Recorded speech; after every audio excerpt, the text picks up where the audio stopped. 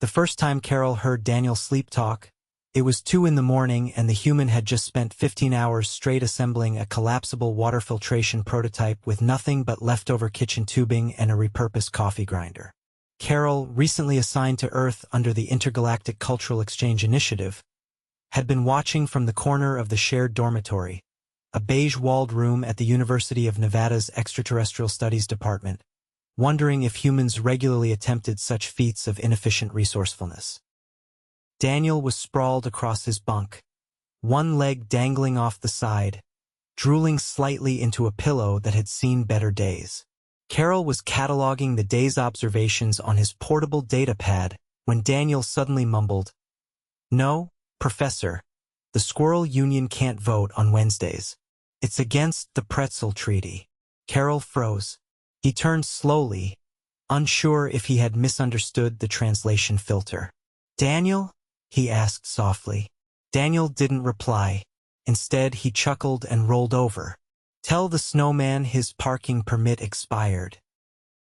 He'll understand." Kaerel stood up and walked over to Daniel's bunk. He crouched beside him, scanning for signs of fever or neurological distress. The human's pulse was slightly elevated, but nothing alarming. Kaerel tapped the side of his pad, bringing up an emergency medical checklist. He hovered a luminescent scanner over Daniel's temple. Daniel groaned and muttered, "Don't let the cupcakes unionize. They get sprinkles and then they get bold." Kaerel tapped in an alert to the university's medical team. Possible neural instability. Subject speaking in fragmented nonsense while unconscious. No signs of waking. Might be an early-stage cerebric dissonance. He remained beside Daniel until sunrise, watching closely. When Daniel finally woke, stretching and yawning, Kaerel stood at attention. "Are you aware that you were speaking in your sleep?" Kaerel asked. Daniel blinked. "Huh? Oh yeah, I do that sometimes." "What did I say?" "You instructed someone to inform a snowman about a parking violation and warned against dessert-based political movements." Daniel scratched his head. "Yeah, sounds like me." "You are not alarmed?" "Nope. Happened since I was a kid. My sister used to record it. Once I gave a full lecture on submarine etiquette using only bird metaphors." Kaerel watched him carefully. "This is common?" Daniel chuckled. "Sleep talking?" "Yeah. Some people snore. Some talk. A few even walk. One guy in my freshman dorm used to sing sea shanties in his sleep." Kaerel remained quiet for a moment. "It is not a symptom of illness?" Daniel shrugged. "Nah. Sometimes stress makes it worse, but it's harmless." Kaerel made a note in his pad. Subject insists behavior is natural. Unverified. Will observe further. Over the next week, Kaerel made a point to stay up during Daniel's sleep cycle, documenting every utterance. One night Daniel recited a recipe for invisible lasagna. Another he warned someone named Trevor not to trade socks with the moon. On Thursday, he debated himself over the ethics of pants sharing. Kaerel attempted to bring this up with Professor Holland, the head of the Cultural Exchange Program, during their bi-weekly report. "Fascinating," Holland said, "but not dangerous by human standards. Many of them exhibit unusual sleep-related behaviors. It's their neural architecture, unstable yet oddly resilient." But he referenced political conspiracies involving confectionery. That could suggest deeper instability. Professor Holland smiled. "Kaerel, you're sharing quarters with a 26-year-old human male who lives off instant noodles and believes duct tape can fix furniture. If you're looking for signs of instability, you're already living in it." Still, Kaerel wasn't satisfied. He started discreetly recording Daniel's sleep sessions. He compiled a database of phrases, tone fluctuations, and even breath rhythms. He noticed that Daniel tended to speak more vividly after long workdays and after eating cheese past midnight. One evening, after Daniel had spent hours fixing a busted holographic projector for the campus theater club, he collapsed onto his bed fully clothed. Kaerel was preparing for another observation when Daniel suddenly sat upright, eyes still closed. "Don't let the giraffe borrow my socks again," Daniel said. "He stretches them." Kaerel frowned. Daniel, are you conscious? No reply. Kaerel activated a diagnostic scan. Brain activity showed REM patterns. The human was fully asleep. Stretching socks, Kaerel muttered. Is that metaphorical? The next morning, Kaerel confronted Daniel during breakfast. You were upright last night. Eyes open. Speaking nonsense. You claimed a giraffe had stolen your socks. Daniel poured cereal into a bowl. I mean, I only own one pair with giraffes on them, but yeah, that tracks. Kaerel leaned forward. How can you be so calm? Your body behaves as if awake. Your mind generates absurd narratives. You show no fear. Daniel spooned cereal into his mouth. Because I'm asleep. It's not like I can control it. I've never done anything dangerous while sleep talking. It's just weird dreams leaking out. Kaerel narrowed his eyes. Dreams leaking. That's not the scientific term, but yeah. Kaerel stared off at nothing. Perhaps I should sleep near you while recording my own neural patterns. To compare. Daniel raised an eyebrow. You want a nap next to me? For science. I mean fine, but I drool. Over the next week, Kaerel began experimenting with proximity during sleep. He allowed his own rest cycle to overlap with Daniel's, monitoring their brain activity side by side. On the third night, Kaerel awoke to Daniel mumbling, If the ducks organize, we lose the pond. Kaerel turned to him. What ducks? Who is we? Daniel snored in response. On the fifth night, Daniel rolled over and said, Tell Kaerel the toaster's in charge now. He'll understand. Kaerel sat up, stunned. You mentioned me, while unconscious. Daniel didn't respond, but the next morning Kaerel confronted him. You referred to me in your sleep. You said I would understand the toaster's authority. Daniel chewed a granola bar. Huh. Sounds like my brain is integrating you into my dreams. That's normal. I guess you're part of the background noise now. Kaerel looked genuinely unsettled. I am noise. Well, not literal noise. Just, you've moved into the scenery up there. Kaerel walked out without another word. That afternoon, Kaerel attended an optional seminar on human neurobiology. He stayed after class, asking the lecturer pointed questions about parasomnias and dream articulation. The lecturer, Dr. Winona Wells, chuckled softly at his concern. Sleep talking isn't pathological unless it comes with violence or memory gaps. For most, it's benign. Strange, yes, but not harmful. Kaerel still wasn't convinced. That night, Daniel fell asleep after watching a documentary on sea creatures. Around midnight, he mumbled, the octopus owes me rent. Kaerel sighed and typed into his pad.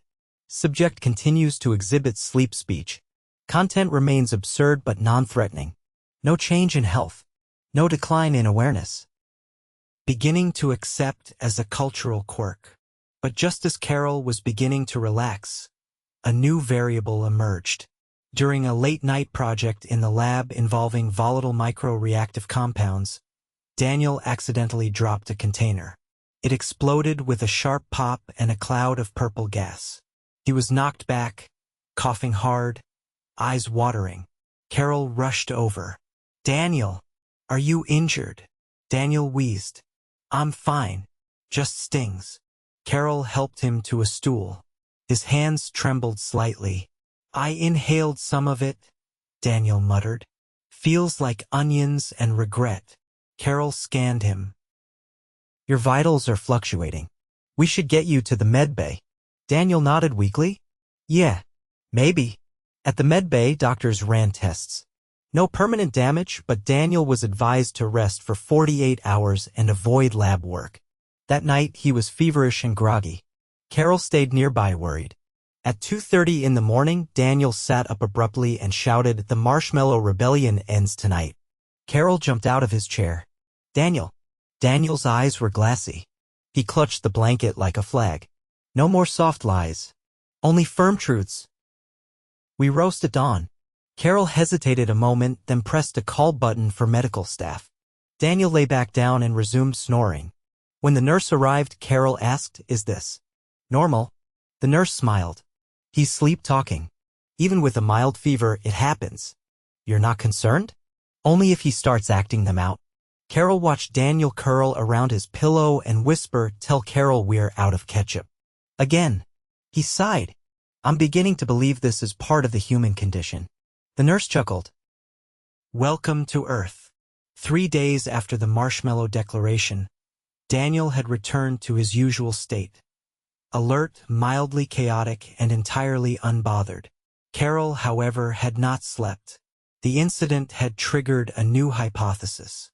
If humans could exhibit such detailed, emotionally charged behaviors while unconscious, then perhaps their brains were not merely resting during sleep but engaging in some form of unfiltered simulation. He had spent the last 2 nights cross-referencing human REM cycle studies with predatory species on his home planet. The results were inconclusive but deeply unsettling. At noon, Kaerel followed Daniel across campus to the supply depot. Daniel was trying to requisition a replacement for the exploded containment pump. Kaerel carried a portable scanner under one arm and a clipboard full of questions. "Have you ever injured someone while sleep-talking?" Kaerel asked, walking just slightly too close. Daniel balanced a clipboard between his wrist and hip, squinting at the request form. "No, but once I punched a laundry basket. I was dreaming it was a math teacher." "Deliberately?" "Not unless you think I've got some deep vendetta against hampers." Kaerel tapped something into his scanner. "Do you remember your dreams after waking?" "Sometimes. If they're really weird, or if I wake up in the middle of one."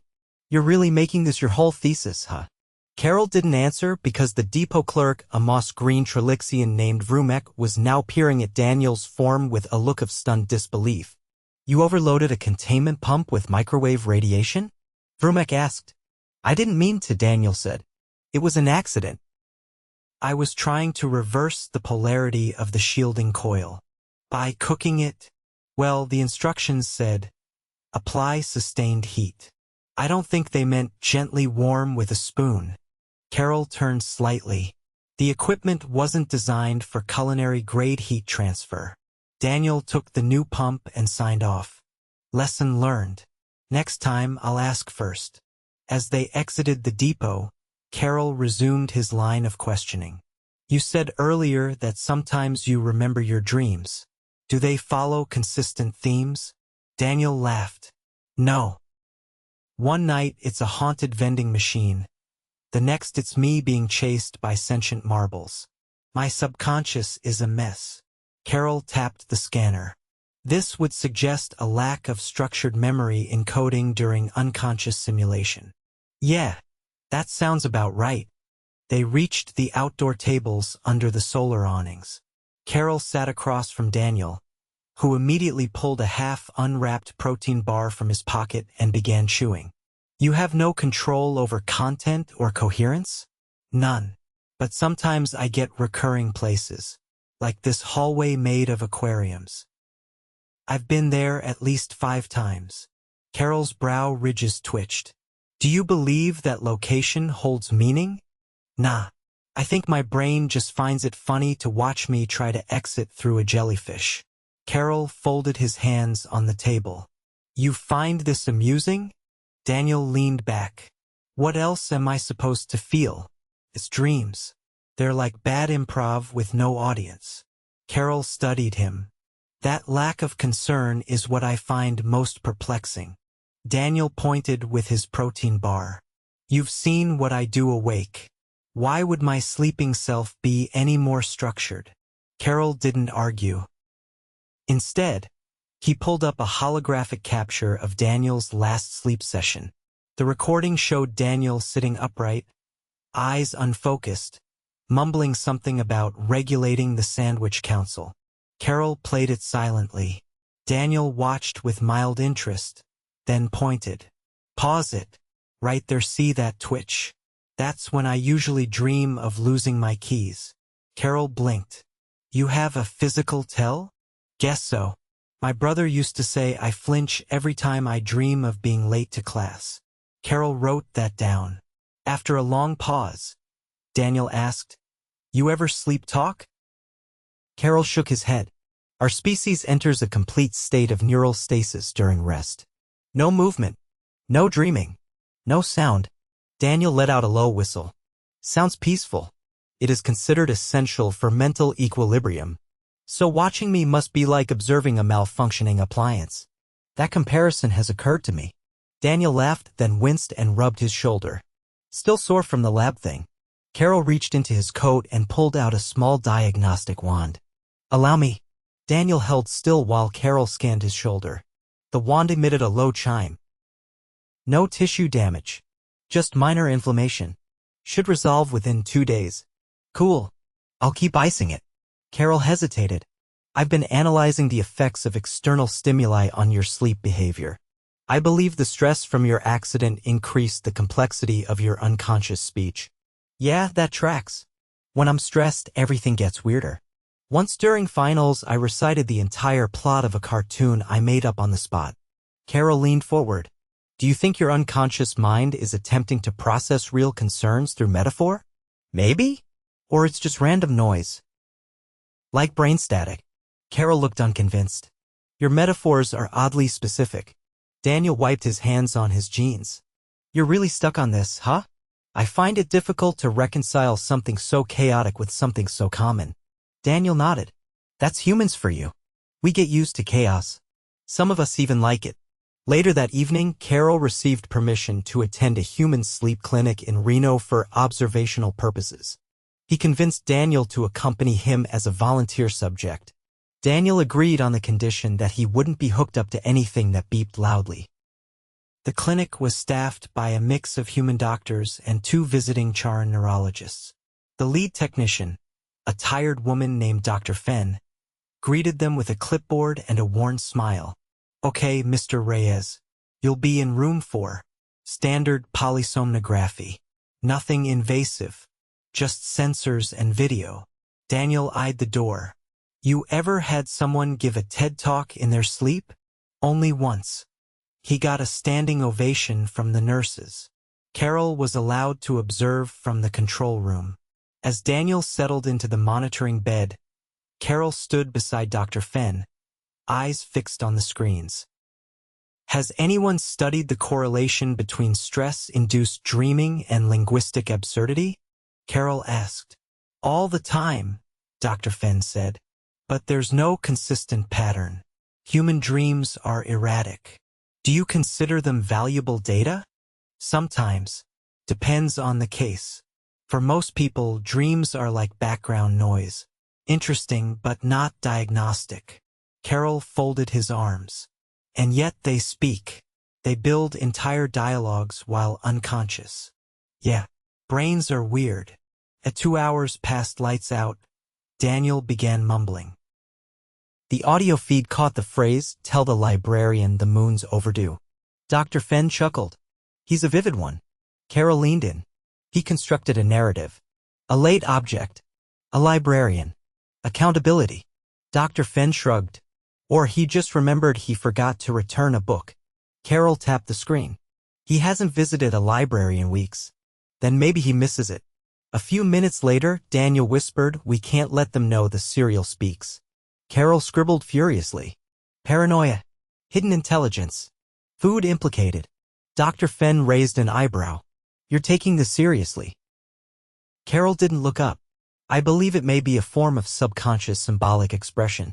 A way of distilling fear or uncertainty without conscious interference. Or it's just nonsense.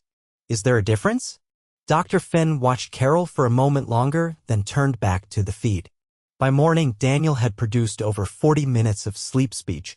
The clinic's report described it as non-pathological, linguistically inventive, and entirely benign. Daniel stretched as he dressed. Did I say anything useful? You declared war on a spoon, warned against sentient cereal, and negotiated with a fictional librarian. Daniel zipped up his hoodie. So, productive night. Kaerel followed him out into the hallway. I will need to study this further. Just don't publish anything with my name on it unless I get royalties. Kaerel nodded. Agreed. They stepped into the morning light. Daniel yawned. So, breakfast? Kaerel hesitated. Will it speak? Daniel grinned. Only if it's cereal. By the following week, Kaerel had compiled 112 pages of field notes, 6 audio logs, and 2 comparative dream analyses annotated with color-coded graphs. The Cultural Exchange Program liaison had politely suggested he consider including a broader range of human behavior, which Kaerel interpreted as bureaucratic deflection. He ignored the recommendation. Daniel, meanwhile, had returned to his usual routines, which now included a Thursday night trivia team with 2 visiting Rixari engineers and a retired linguist who insisted on being called Captain Todd. Kaerel declined to join, citing the disruptive unpredictability of human social events, but he observed from a discreet bench outside the student union, recording interactions through a borrowed surveillance drone. On a quiet Saturday morning, Kaerel requested Daniel's cooperation for one final test. They met in the campus greenhouse, a warm, humid space filled with Earth-native and off-world flora. Kaerel had selected the location because it was neutral, quiet, and, most importantly, unlikely to trigger another equipment mishap. Daniel arrived with a thermos of black coffee and a bag of dried pineapple. "Okay," he said, settling onto the bench opposite Kaerel. "What's today's adventure? You gonna analyze my dreams with pollen data now?" "No," Kaerel replied. "Today's objective is verification of cognitive consistency between conscious and unconscious metaphor generation." Daniel chewed a piece of pineapple. "So, you want to compare my waking metaphors to my sleep talk ones?" "Correct. I will prompt you with hypothetical scenarios and request your instinctive metaphoric interpretation. Later, I will compare these to your previously recorded sleep utterances." "All right. Let's do it. Hit me." Kaerel tapped his pad. Scenario 1. You are placed in a confined space with no windows, limited airflow, and ambient noise from unseen sources. How would you describe the emotional tone? Daniel frowned slightly. Kinda like being stuck inside a vending machine during a hailstorm. Kaerel made a note. Interesting. Scenario 2. You are required to persuade a hostile audience to accept a truth they find inconvenient. Feels like trying to convince a group of flamingos that gravity's optional. Kaerel paused. Would you say the flamingos represent stubbornness? No, more like flamboyant denial with a tendency to squawk. Kaerel recorded that verbatim. They continued for 15 minutes. Daniel's metaphors grew increasingly elaborate. When asked to describe uncertainty, he compared it to walking barefoot through a room full of spilled marbles while blindfolded. Kaerel began to feel a creeping sense of vindication. "You generate absurd imagery even while fully conscious," he said at last. Daniel leaned back. "Yeah, I think in pictures. Weird pictures. Then your sleep dialogue is not a dysfunction.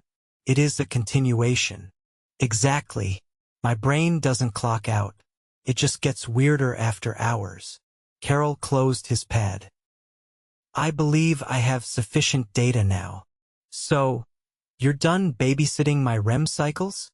"Correct. I've reached my conclusion." Daniel stood and stretched. "Let's hear it, Professor Alien." Kaerel looked up. Human sleep speech is not indicative of cognitive failure or disarray. Rather, it is a byproduct of your species' unusual tolerance for mental chaos. Daniel gave a low whistle. "That might be the nicest insult I've ever received." "It is not an insult. It is a reluctant compliment." Even better, they left the greenhouse together. Outside, the sky was overcast and the wind carried the smell of rain. Daniel pulled up his hood. Kaerel stopped walking. "There is one final comparison I want to test." Daniel turned. "More dream stuff?" "No. Reaction calibration. You were once startled awake by a falling book during a lecture. I recorded your immediate response as the ceiling betrayed me." Daniel grinned. "Solid line. If I were to startle you now without warning, would your reaction be similarly metaphorical? You want to scare me on purpose?" "For science." Daniel squinted. "All right. But if I punch you, it's involuntary." Kaerel nodded and stepped backward. He activated a small sonic pulse that triggered a loud pop from a nearby bush. Daniel flinched, dropped his thermos, and shouted, "The shrubbery has declared war." Kaerel tapped twice on his pad. "Consistent." Daniel stared at him. "You seriously needed to verify that?" "I prefer empirical support. Daniel retrieved his thermos. I'm going to have to explain this to someone eventually, aren't I? No. The report is confidential. Good. I don't want to end up in someone's thesis titled The Intrusive Dreams of Daniel Reyes. Kaerel shut off the scanner. The report will be archived under Behavioral Adaptation to Nonlinear Neural Activity. That's a mouthful. It is accurate. Daniel shoved his hands into his pockets. You know, you could have just accepted that humans are weird and moved on. I don't adapt well to ambiguity. Well, lucky for you, we've got enough of it to practice on. They walked in silence for a few minutes. The sky darkened. Rain began to fall, soft but steady. Daniel looked up. You ever seen rain before coming here? Only in simulations. It's calmer than I expected. Daniel tilted his head. You nervous about going back home? I'm not scheduled to depart for another 3 months. Still, you've got enough material now. Nothing left to obsess over. Kaerel considered that. Perhaps. But I will continue observing. Not formally. Just informally. Daniel gave a small nod. Cool. I'll try not to say anything too incriminating in my sleep. You will fail. Yeah. Probably. They reached the dormitory steps. Kaerel entered the access code. The door opened with a soft click. Daniel stepped inside, then turned. Hey, Kaerel. Yes. Thanks for not poking electrodes into my brain. I was tempted. I know. They went to their respective rooms. That night, Kaerel finally allowed himself a full rest cycle. No scans. No audio monitoring. No data pads running in the background. At roughly 3 in the morning, Daniel stirred in his bed, mumbled something about negotiating with a sentient umbrella, and rolled over. Kaerel didn't wake. In the morning, Daniel brewed coffee and read the news on his tablet. Kaerel emerged 10 minutes later, eyes clear, posture relaxed. Daniel handed him a cup. Sleep well? Yes. No nocturnal crises? No urgent metaphor analysis? Kaerel took the cup. None. Daniel raised his eyebrows. So, what now? I complete my report. You resume your trivia nights. Life continues. Daniel nodded slowly. You sure you're not going to miss the data? I already missed the simplicity of confusion. Daniel laughed. That's the most human thing you've said so far. Kaerel sipped the coffee. It is bitter. Welcome to morning. They didn't speak again for several minutes. The sun crept across the floor tiles. Outside, the rain had stopped. Kaerel set his cup down. I no longer believe your sleep speech is a malfunction. Daniel leaned back. That your final verdict? It is a system of semi-random narrative generation arising from your species' unique tolerance for internal dissonance. Daniel nodded. I'll take that as a yes. Kaerel stood. No further testing is required. Daniel raised his cup. Cheers to that. Kaerel left to begin his report. Daniel went back to reading. The dormitory was quiet. And for the first time in 3 weeks, Kaerel didn't record a single word.